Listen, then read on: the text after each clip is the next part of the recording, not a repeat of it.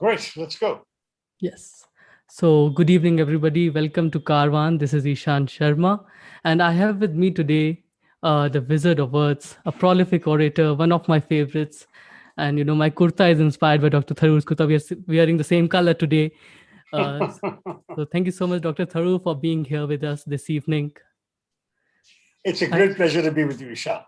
I hope you are all right after the COVID thing.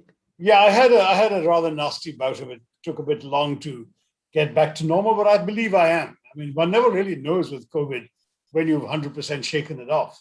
But I've had a normal schedule for about 2.5 weeks now, and I think I'm feeling none the worse for wear. So I'm hopefully back to whatever passes for normal and the kind of life I lead.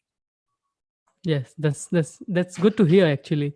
So we'll start with the very basic question, one of my favorite questions of this conversation. People often ask you about your interest in writing, but I would like to ask you for your interest for history and how did it begin? I didn't say the love because, E.H. Carr said a historian never loves history. He rather likes to understand and comprehend the present through history.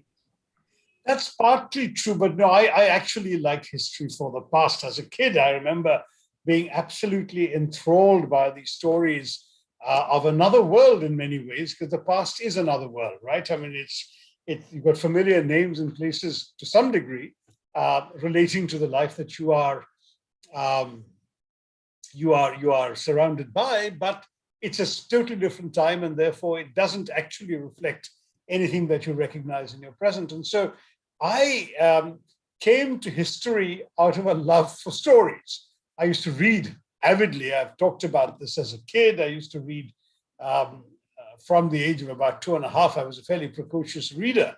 Children's stories and all that, Enid Blyton and Biggles' adventures as a fighter pilot, and the William books for humor, and eventually, as I got into double-digit age, P.G. Woodhouse, and the whole lot. I mean, I read widely, indiscriminately, almost irresponsibly, but I read. And since I was so fond of stories and storytelling, history was the one theoretically academic subject which also seemed to involve a heck of a lot of stories. And that's what I found. That's what I found very, very useful. I must say that having come into history that way, I too read E.H. Carr's, what is history, and the uses of history became an issue. And yes, I am conscious of history's echoes for the present. I'm also wary of seeing history purely as a tool to understand the present, because in fact, the danger with that is that you actually distort history to serve your contemporary purposes. And my sons are very fond of history as well, and I've often argued with them. They know a lot more about European and Ottoman history than I do. And they were talking about the way, for example, that President Erdogan in Turkey today is trying to use Ottoman history to legitimize a certain kind of narrative supporting his own rule. And similarly, how I remember from my UN days dealing with the Yugoslav conflict, how even matters like the Battle of Kosovo in 1489 was still alive in the minds of many of the Serbian nationalists I was coming across, and so on. Yeah. So history can subserve less reputable purposes in the present. You have pointed out to a very important thing, actually. History serving as a legitimacy tool for the present regimes. In India today, you see the present government taking legitimacy from the past for a Hindu nation, creating an identity for the new India that they believe in. How do you see that history being a tool for the present to create a new past also? Well, in our country, we're seeing it, Ishan. I'm sorry to say. I know this is not a political conversation per se, but the fact is that when you talk about history in India today, you're talking also about two very different views of history in our country, where you've got with the BJP a certain narrative, in particular about the Muslim invasions and this vision of India as some sort of pristine Hindu country, which then fell under the sort of marauding boots of Muslim invaders, and then the British, and finally Hindus reasserting themselves with the victory of the BJP. There's this kind of narrative that many apologists for the BJP put out, versus, if you like, a Nehruvian narrative that sees Indian history as a history that is made by the influence and confluence of large numbers of people of all sorts of different ethnic, geographical, and religious backgrounds, who all contribute to shaping the India of today. Nehru called it a palimpsest, where you write something on a wall or a piece of paper, I write on top of that, she comes and writes on top of that, and you essentially have, if you like, a document or a visual representation of many voices, none of which erases the previous one, but all of which contribute together. So that idea of India is what I would like to think of as the idea, the Nehruvian idea, which is also enshrined in our constitution. And these are two very different views of history. So to my mind, as a Keralite, for example, I'm very conscious of all the different faiths that came to us from across the Arabian Sea, well before many were actually conscious of Hinduism in the way in which Hindus are today. So that you have, for example, the oldest Jewish community in the world that came, what was it, about the destruction of the first temple, and then subsequently the destruction of the second temple. So both the destruction by the Babylonians and then by the Romans resulted in people fleeing. And it is said that many of them landed on the southwestern coasts of India, the Konkan coast down to the Kerala coast. And in Kerala, they were welcomed, they were allowed to practice their faith and lead their lives in peace. And when St. Thomas, the apostle, doubting Thomas of the Bible, landed up to preach Christianity a few centuries later, the story is that he was greeted on shore by a flute-playing Jewish girl. And then Islam came, not through the sword in southern India, certainly not in Kerala. It came through traders and travelers who had been coming for 1,000 years before Islam, and who, having discovered Islam, brought the message of that faith to Kerala. So it's difficult for someone like me to actually accept the notion of the BJP notion of history, if you like, which has given BJP and Hindutva thinkers a sort of chronic chip on the shoulder about Muslim rule and about Hindu humiliation as they see it, a chip on the shoulder that I don't have and that I don't feel. So for me, for example, yes, it's true that when Babur came, he was a foreigner. But unlike, say, people like Mahmud of Ghazni and Mahmud of Ghori, who came, pillaged, killed, looted, and went back to enrich their own countries, people like Babur stayed on and married here and procreated here and immersed themselves here. And even if they did do some fair share of loot and pillage, they spent the proceeds in India, supporting Indian architecture, Indian artisans, Indian jewelers, Indian employees, Indian soldiers, and they became part of the soil. I mean, when you look at someone like Shah Jahan, whose mother was a Rajput, her mother, I mean, his grandmother was a Rajput on his father's side, and of course, on her side, both parents were Rajput. So this is a man who cannot, by any reasonable sense, any reasonable meaning of the term, be called a foreigner. Where does this complex come from? They are us, we are them. Don't you think the background to this whole narrative and also the recent changes by the UGC in the history curriculum suggest that, there's a chapter called India on the Eve of Babur's Invasion. And the second chapter is the coming of East India Company and the territorial expansion. So we see two different terminologies being used for Britishers coming to India as territorial expansion and Mughals coming to India as invasion. Do you think this goes back to James Mill kind of history where he divided Indian history in Muslim into history? periods? Yeah, he's the one who had this whole idea of a Hindu period, a Muslim period, and a British period, which is the kind of divisive thinking that obviously nationalist historians absolutely reject. But the truth is that however you were to divide it, I mean, India did go through various kinds of experiences. I might even give you a slightly southern perspective and say that a lot of the history one learns in the north, and I studied in Bombay and Calcutta before doing history honors at St. Stephen's in Delhi, is a very northern-centered history. It is not sufficiently representative or reflective of the southern experience, the Vijayanagar Empire, the Pallavas, the Cholas, the Cheras, etc. We hardly learn about them in northern schools, textbooks, or in history syllabi.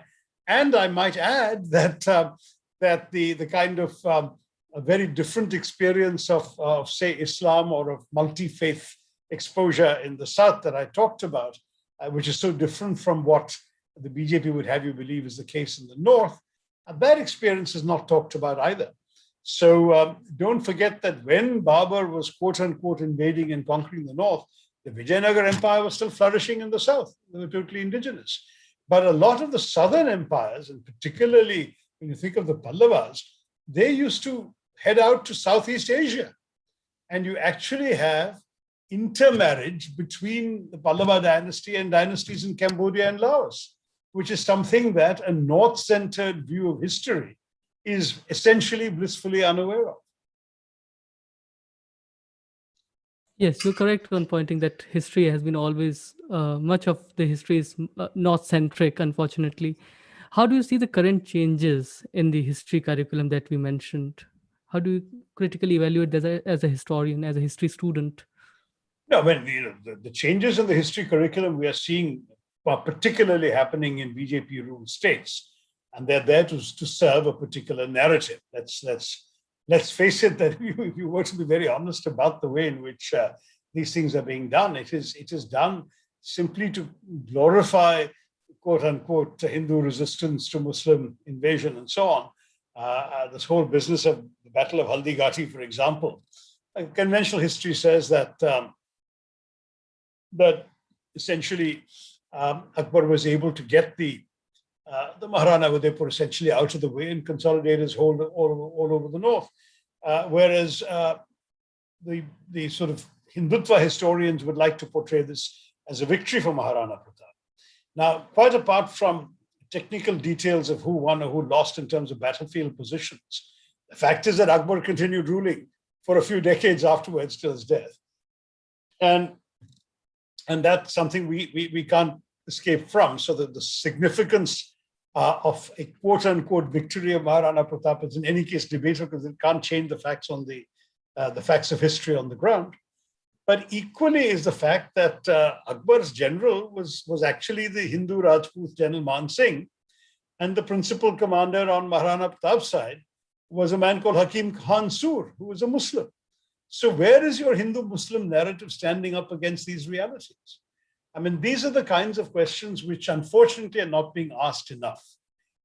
Our history has been certainly a complicated, and some would even argue a sort of a tortured one, and there's been unpleasantness and violence and so on amongst all peoples. But I would argue they were not particularly religiously motivated. People were motivated by power, by control of their own domains and dominions. And if a Hindu soldier or a Hindu general could serve them, that's fine for a Mughal king. And if indeed a Muslim soldier or artillery captain could serve him, that was fine for a Hindu king. Shivaji had Muslim artillery captains and gunners. And Maharana Pratap had someone like Hakim Khan Sur. And there were similarly figures cutting across all these divides. This kind of simplification of history to serve a sort of Hindu versus Muslim politics today by talking about monolithic ideas of Hindus and Muslims in the past is actually profoundly ahistorical or unhistorical, if you want. And I therefore would want to stress that it's not my view of history. I hope that, like myself as a student, that our kids who are really interested in history will read beyond the prescribed textbooks.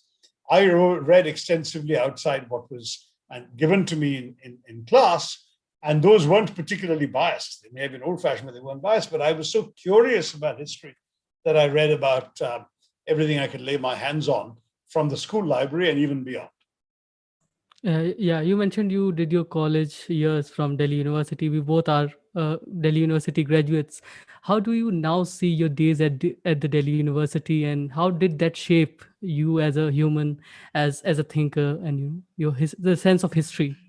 Oh, it was a wonderful time, and I had 3 years at St. Stephen's College when it still was the St. Stephen's College of old. There's some debate now about whether, in many ways, the character of the institution may have been altered from those days.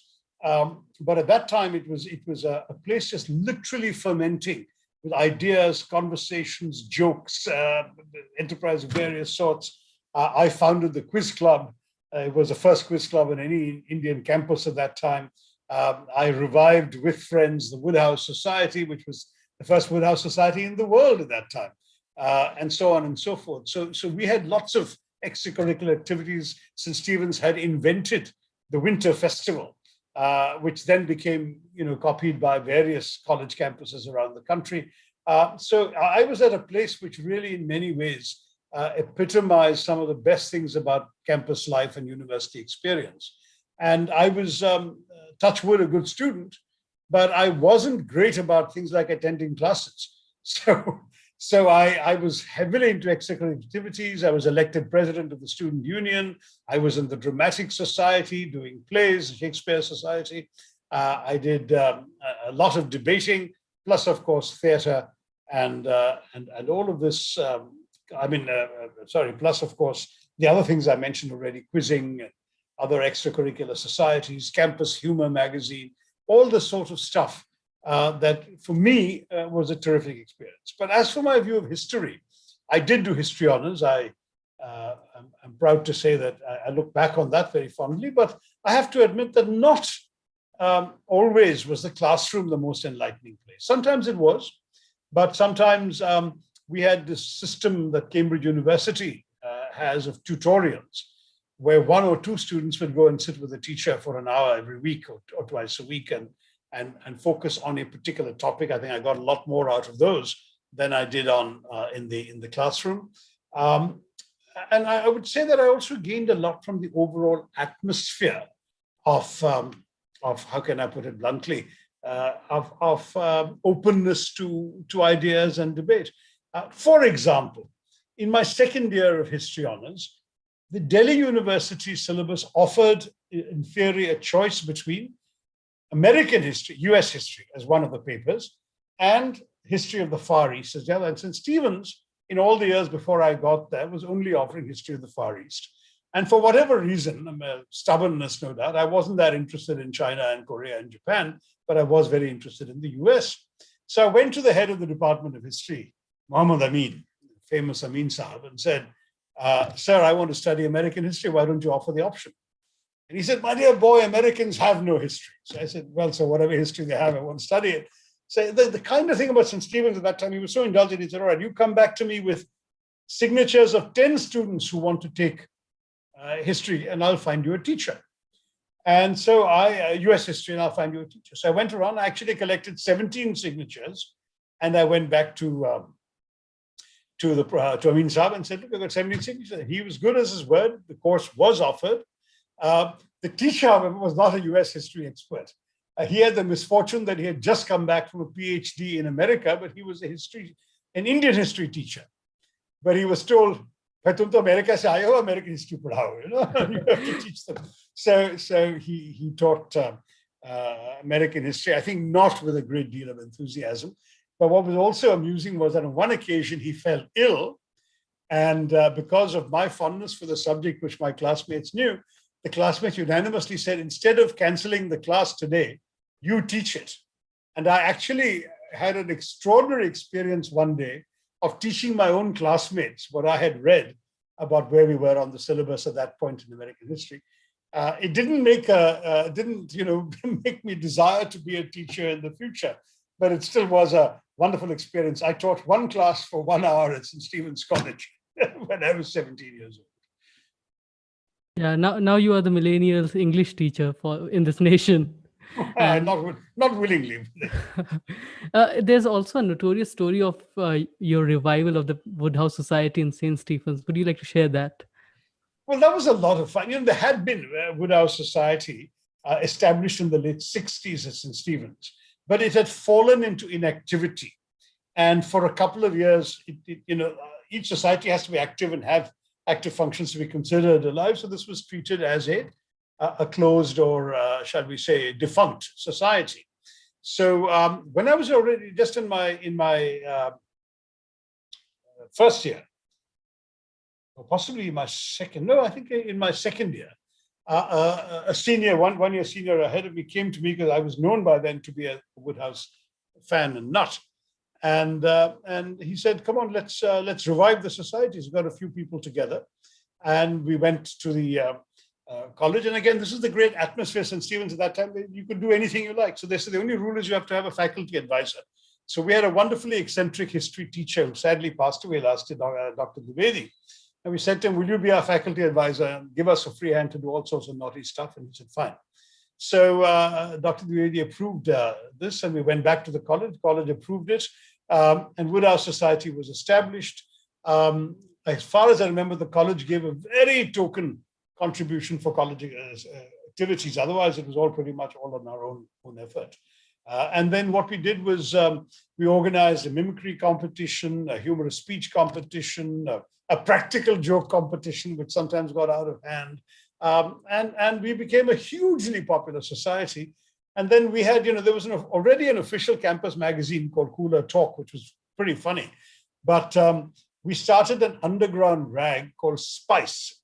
And the editor, a very close friend of mine, Ramu Damodharan, who later became principal secretary to the Prime Minister when Narasimha Rao was Prime Minister. Ramu Damodharan's techniques, in those days we had a thing called cyclostyling. So you would type on a computer on a sheet that had wax beneath, and that would then be run through a machine.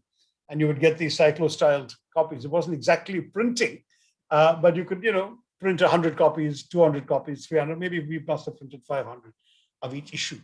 And in that, for example, he would do things like make deliberately funny spelling mistakes, or he would type a word and then cut it out on the typewriter and then put another word, so that people could just get caught up in the sort of irreverence of the humor. We had really an absolutely wonderful time, and I look back on those years. It's not only through the lens of my appreciation of history, but through simply growing as a person, through finding yourself, discovering your talents, indulging your talents, and seeing what you were good at or not good at, debating all over the country, because there we were in our third-class wooden bench seats, traveling to one end of the country or the other to represent the college in debates. I spoke at IIT Kanpur, Kharagpur, Powai, Madras, everywhere, representing St. Stephen's, as well as in various other debating contests and literary festivals. So you really grow as a person, you make friendships, you discover your values, what you stand for, what you appreciate. And even the college politics, when I ran for president of St. Stephen's College, the 10 previous years, we had elected 5 presidents who were Hindus and 5 presidents who were from the so-called minorities, both Muslims and Christians. And frankly, no one would have considered that remarkable. None of us looked at each other in a college like St. Stephen's through the prism of your religious affiliation. They wouldn't see you as a good hockey player or a good cricketer or a good speaker, a good debater, good actor. Those were the things that were the labels stuck on you. Not ki wo Musalman hai, wo South Indian hai, wo Bihari hai. That was not the mentality. Yes, there was a so-called Bihari mafia. That is a lot of, because Bihar was going through a bad time in those days, and a lot of the students from very eminent schools like St. Michael's, Patna would land up en bloc. And because there were so many of them and they often hung out together, there was such an expression. But it didn't mean that they were seen only through that prism. There too, there was somebody who was a musician, somebody who was a speaker, somebody who was an actor. Ultimately, those were the things that made a big difference. The classroom, as I said, was not too great, not always too great a place. But sometimes we had a good time there. And I went to a college where you could talk back to the teachers, question them, challenge their wisdom, and where you really learned in every respect, in the classroom, in the library, at the tutorials with your teachers, and in bouncing off from seniors. I remember seniors, people who had done the same courses a year or two ahead of me, still hanging around the campus, lending me their tutorials or arguing with me or saying, you should read this particular book. It's not in the syllabus, but it'll help you with this. And so there was this tremendously vibrant intellectual atmosphere, as well as this creative and lively campus life. I loved my 3 years at St. Stephen's, never forgotten it. And it shaped many, many things about who I am, including the way I speak, for which I have been lampooned mercilessly. But many Stephanians did speak like this in my time. Yeah, they still do. They still do.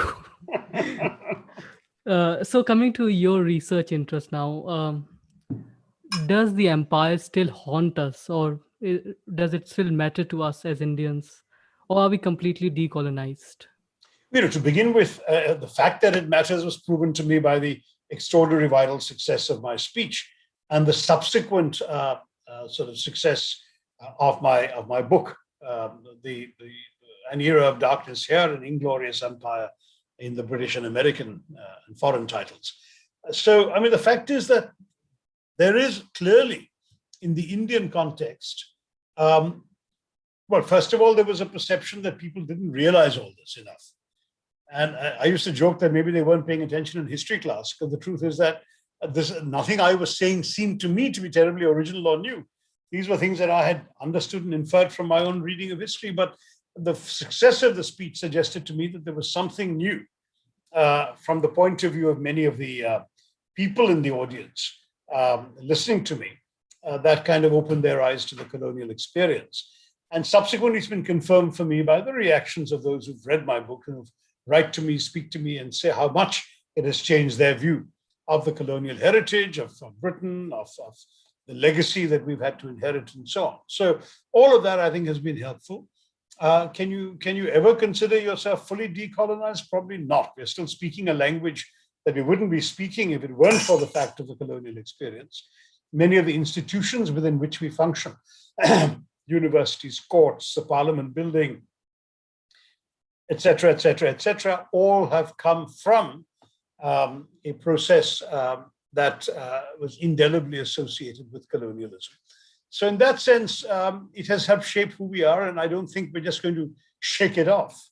But by being conscious, I mean, we can decolonize our own minds to begin with. We can decolonize our own appreciation of the past. And as I said quite often when talking about these books 5 years ago when the book came out, is that if you don't understand where you've come from, how will you appreciate where you're going? So to that degree, even to project a future for India, you need to have a sense of its past. Yes, but there are scholars who would rather think differently about the empire, and they would say that there was some kind of benefits of the empire after all, the introduction of railways or the good universities that we have. Some of them were made during the British period. How do you see that? How do you contradict No, it's that? true. I mean, I still don't give the British very much credit for education, because they had absolutely no desire to educate Indians. And let's be very clear, as late as 1930, just 17 years before independence, Will Durant, the American historian, wrote that the entire education budget of the British government in India was less than the high school budget of the state of New York. So it really was not significant money they were spending. They were spending the absolute minimum. A lot of the educational institutions in India were set up outside the British government. The Indian taxpayers' money was being spent by the British mainly for their own purposes, including their colonial expansion, and of course, sending money back to England. But a number of Indians set up education institutions imitating the British model. So Raja Ram Mohan Roy, for example, in Bengal, established 3 or 4 top-class colleges himself in both English medium and Bengali, because he saw the British model of education as worth emulating. That's true of many, many other Maharajas endowed colleges, universities. And you found that this is the reason why by the early 20th century, amongst the few public institutions that in many cases were headed by Indians and not Brits, were actually universities and colleges, because very often it was Indian owners, whether they were Maharajas or business people or just landed gentry, who were hiring these people. The other thing about the British is that despite whatever grand claims they might make, they left India in 1947 with just over 16% literacy. And what is worse, women had a literacy rate of 8.8%. So can you imagine, put 12 women in the room and 11 of them couldn't read or write. That was the India the British left behind. So how can you give them any credit for education? What has been built up in India, even during colonial rule, was often built up by Indian entrepreneurs, businessmen, landowners, and Maharajas. And Indians therefore seized upon education to use it for their own benefit and to challenge the British more effectively. And then secondly, we also had after independence, a dramatic expansion and growth, particularly of higher education, which is unrecognizable in numbers. It's not just a difference of degree, it's a difference of kind today from what the British left us. So, yeah, they started something off, but they did it very, very limited. Their purpose was only to educate a tiny class who could serve as a buffer between them and the millions they governed, and as well serve as interpreters, if you like, between the ruling British and the huddled masses of India, and just enough to do clerical work and support the British Empire. They had no particular desire to use education to empower and enfranchise the Indian people. That we had to do, our ancestors had to do by their own hard work and gumption, and take it back for themselves. Yeah, and we cannot forget the economic conditions after the British left and the Bengal famine and everything that they left for us. Um, my next question to you would be, you also wrote about Hinduism, a very personal experience of how you practice Hinduism in your own way, and the freedom that the religion provides you to practice it as you like. Uh, how do you make a distinction between the present politics of Hindutva and the religion that Hinduism is, or the way of life it is? Pretty easily, Shan, because the truth is that, in fact, Hinduism is a religion, and a very open and inclusive one. Hindutva is a political dogma, and by definition, it is narrow-minded and exclusionary. So the two have nothing in common. I find Hindutva to be profoundly anti-Hinduism, in that Hinduism has always been a religion full of incertitudes. The earliest creation verse in the Rig Veda, the Nasadiya Sutta, actually ends by saying, who made this universe? Who made all of creation? Only he in the heaven knows. Or maybe even he does not know. Now, that's the kind of doubt and skepticism that Hinduism encourages. There's a whole tradition of thought, of inquiry, of debate, of questioning in Hindu things. So much of the ancient Hindu texts, whether it's Adi Shankara's famous debate with Madana Mishra, whether it's Yajnavalkya's argument with his wife Maitreyi, you've got people discussing, debating throughout Hindu tradition. You don't have somebody coming with the attitude of the British football hooligan saying, Hinduism is my team, and if you support any other team, I'm going to hit you on the head, which is what Hindutva seems to be all about. So that's profoundly un-Hindu. And as far as I'm concerned, the kind of Hinduism that, say, Swami Vivekananda celebrated and taught us is a Hinduism that is extremely not just tolerant of other faiths, but accepting of other faiths. The idea of Vivekananda is that, tolerance at bottom is a patronizing idea, right? It says, I have the truth, you are in error, but I will magnanimously indulge you in your right to be wrong. And that's your tolerant king, for example. Whereas acceptance is very different. Acceptance says, I believe I have the truth. You believe you have the truth. I will respect your truth. Please respect my truth.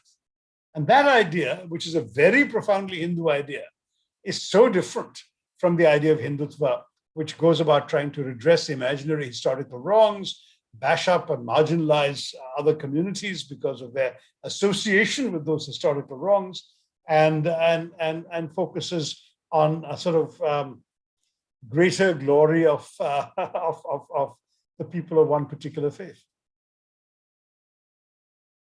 That's true. So, in this context, in this background, what is your dream for India of the future, for us, the millennials? Very good question. I mean, my dream for India is one where every Indian feels, number one, at home and equally welcome, where no one feels that because they were born in the wrong faith or speaks the wrong language or lives in the wrong part of the country, that they have lesser rights than others. Secondly, an India where everybody has enough economic prosperity around that they can count on 3 square meals a day, a roof over their heads, basic healthcare, decent lives. Third, an India where the economy is robust enough that employment is available to all who want it, who can seek it, and who can perform it. And an India where opportunities abound, where everyone has a possibility to reshape their lives, to make of their lives something more than what they have, to dream of a better future for themselves and for their children. That is the India that I dream of. I believe it's possible. I really believe it's possible. I don't think Indians are inferior to anyone in their ability to create such a world.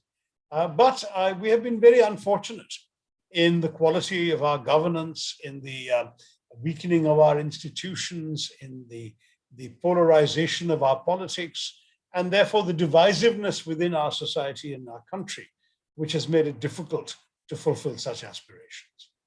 So would that India be a parliamentary form of democracy or the presidential form of democracy? Well, personally, I have nailed my colors to the presidential mast for a long time, by which I don't mean one man rule all over the country. In fact, the parliamentary system has given us one man rule, because the big flaw in the parliamentary system is that instead of a true separation of powers between the legislature, the executive, and the judiciary, you have a legislature that, once elected, appoints the executive and then becomes automatically subordinate to the executive. That the executive makes the laws, not the legislature, and rams it through the legislature. The legislature has no choice but to do what the executive wants. In fact, this government has reduced parliament to a rubber stamp for whatever it wants to do. And we've seen how easy it is for anyone with control of two institutions to influence or even intimidate some elements of the third.